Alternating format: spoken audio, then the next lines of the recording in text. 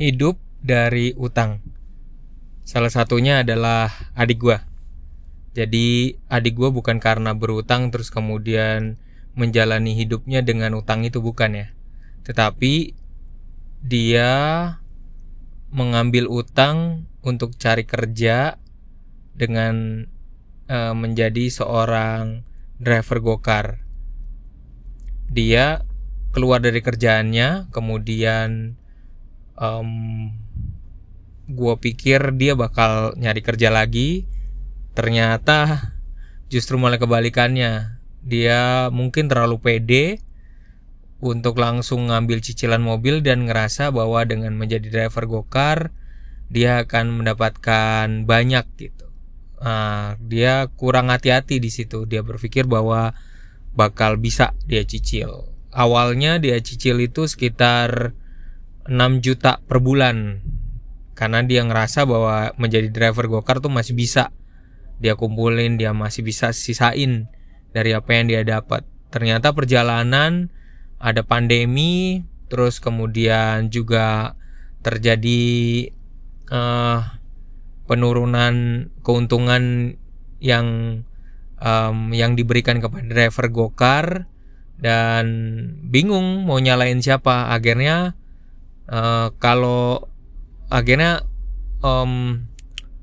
mulai biasanya rame dapat orderan, ini mulai ngerasa sepi, bingung kan dia. Jadi bingung.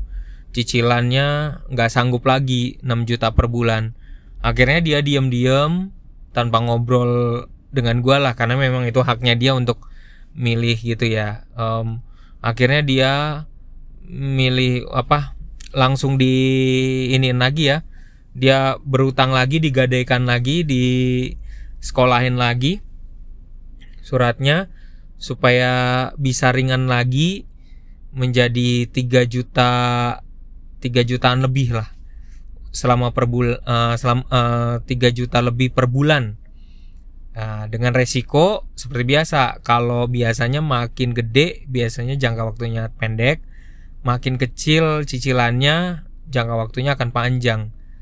Ternyata dipindah ke 3,4 itu sekitar 3,4an ya, 3,500 lah gitu.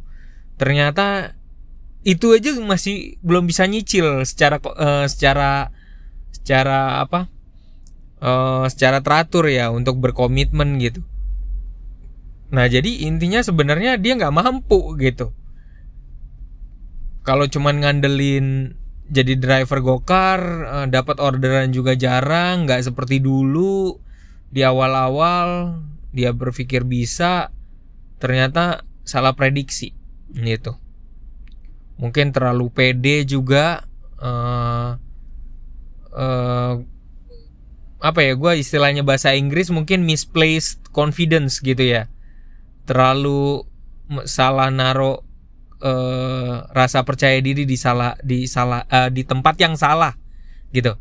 Terlalu menaruh rasa percaya diri di tempat yang salah. Kadang-kadang keputusan kita pun bisa salah kalau kita benar-benar nggak hati-hati gitu.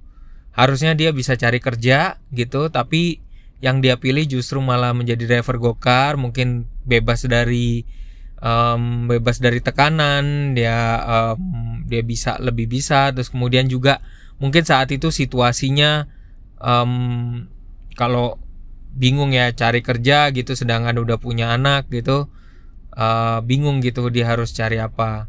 Tapi gue juga nyaranin dia, jangan, kalau udah kayak gini kurang pendapatannya, lo nggak bisa ngandelin orang tua lo lagi gitu. Lo nggak bisa ngandelin gue juga buat minta untuk nge-support, karena gue juga punya kebutuhan sendiri. Tapi lo juga harus ngidupin keluarga lo sama anak-anak lo. Nah, maka gue sering banget ya agak gemes aja ya. Lo harus kerja 2 kali lipat atau 3 kali lipat. Ya, memang tantangannya ya jadi driver gokar. Lo kalau nggak ada orderan ya lo nggak bisa diem. Lo nggak bisa cuman diem doang. Lo harus bergerak gitu, karena untuk dapetin harus diprediksi. Gua coba hitungin, lo harus dapet sehari lo bakal nggak bisa libur.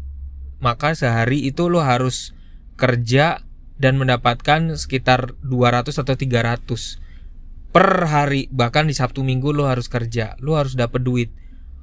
Kalau lo nggak dapat dalam satu hari, lo harus warningin diri lo.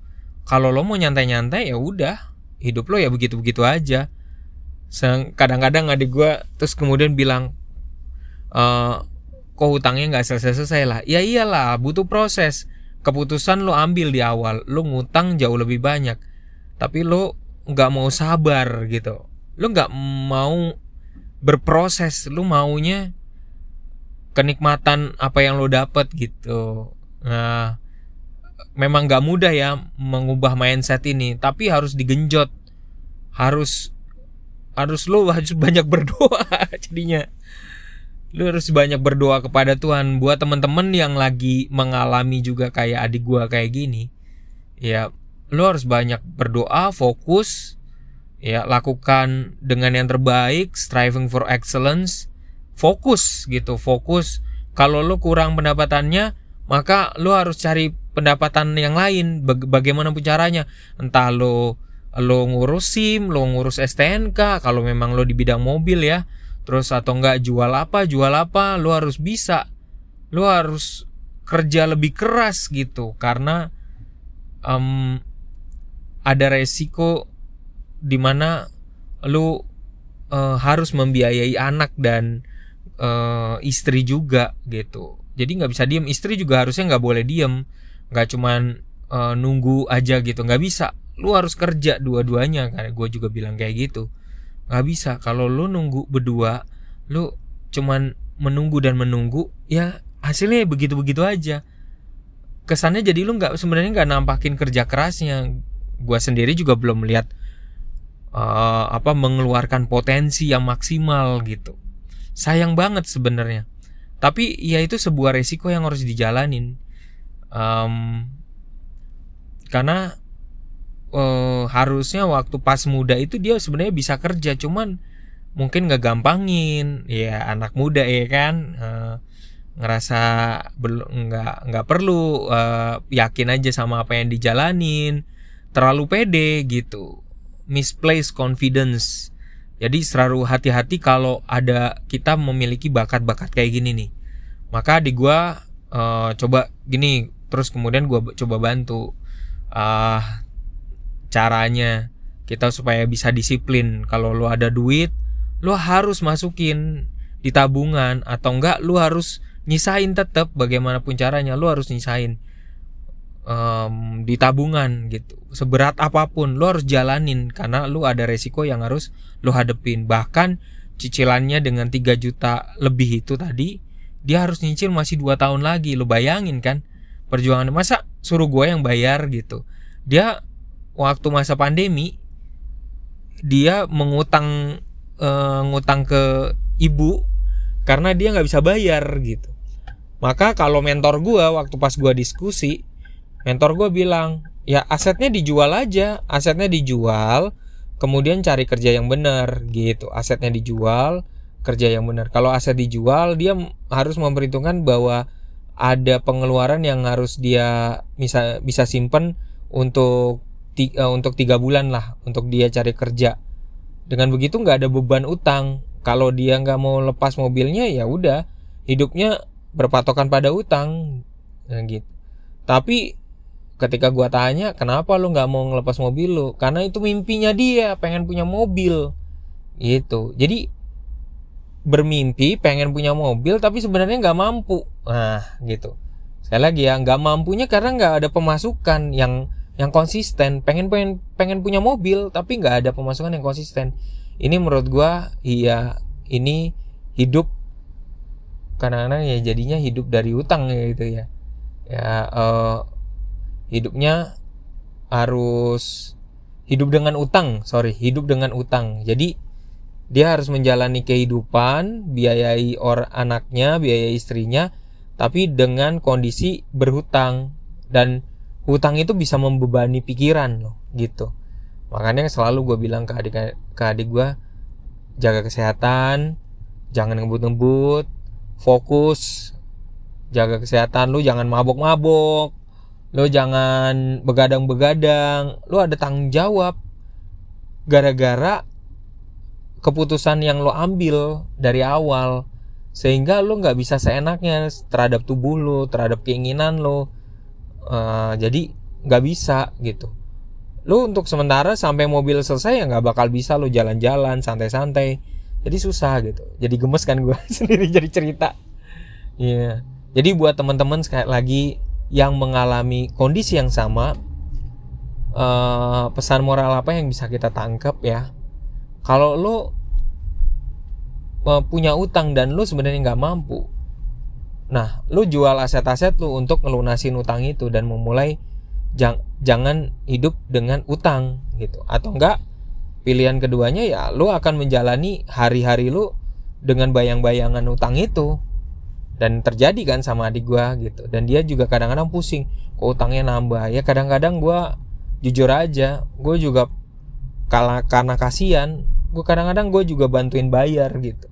Saat dia lagi kalau ada sakit, dia nggak bisa narik per hari, padahal harus narik per hari kan 200.000, 300.000. Jadi kadang-kadang tuh gue sedihnya, ada ya orang-orang kayak gini tuh nggak memperhitungkan itu segala sesuatunya tuh dari awal. Jadi egoisnya itu keluar gitu, nggak mau lihat kanan kiri, dengar kanan kiri.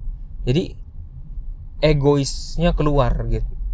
Kita kasih pandangan kita yang lebih ngerti kadang-kadang gitu ya, tapi nggak mau denger ya.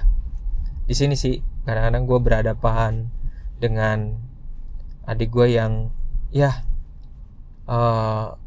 berdoa aja moga-moga mobilnya bisa dilunasin. Dan gue berharap ke adik gue juga gue bilang, lo sampai lo selesai lunas ya, kemudian lo harus 1 tahun harus ngumpulin duit. 1 tahun tuh harus bisa. Karena gue pernah berada di posisi gue pernah ngutang banyak buat kuliah S2 gue. Dan pada saat 1 tahun berikutnya gue berusaha keras untuk bisa ngumpulin dan balikin duit. Bisa gue yang gue tabung buat anak gue, buat gue juga, buat dana daruratnya, buat dana pensiunnya. Jadi sekali lagi bukan hal yang mudah ya gitu. Dan itu kan berarti adik gue juga nggak punya dana pensiun, karena hidupnya sampai sekarang di usia yang udah cukup ya 30-an kayak gini, dia masih hidup dengan bersama hutang. Nah, gemes jadinya kalau gue cerita. Panjang deh ceritanya, tapi kita nggak boleh lama-lama ya. Nanti mungkin kita bisa sambung lagi. Selalu berhati-hati hidup dengan hutang, dan ini sebenarnya karakter ini harus dihindarin dan karakter ini harus dirubah. Harus punya prinsip-prinsip dan kedisiplinan. Kalau ngikutin aja, kalau memang ada hidup bersama hutang, maka kalau mau tenang-tenang aja, nggak mencari pemasukan tambahan A, B, C, D, berusaha untuk mencari, ya udah hidupnya dengan utang aja udah. Struggle aja. Jadi nanti kalau pas lagi tahu-tahu mesin di rumah, mesin pompa rusak, bingung, nggak punya duit. Terus kemudian nanti kalau misalnya tiba-tiba atapnya bermasalah, bocor, nggak punya duit, gitu. Segala macamnya jadi susah. Ya karena nggak mau berjuang lebih keras.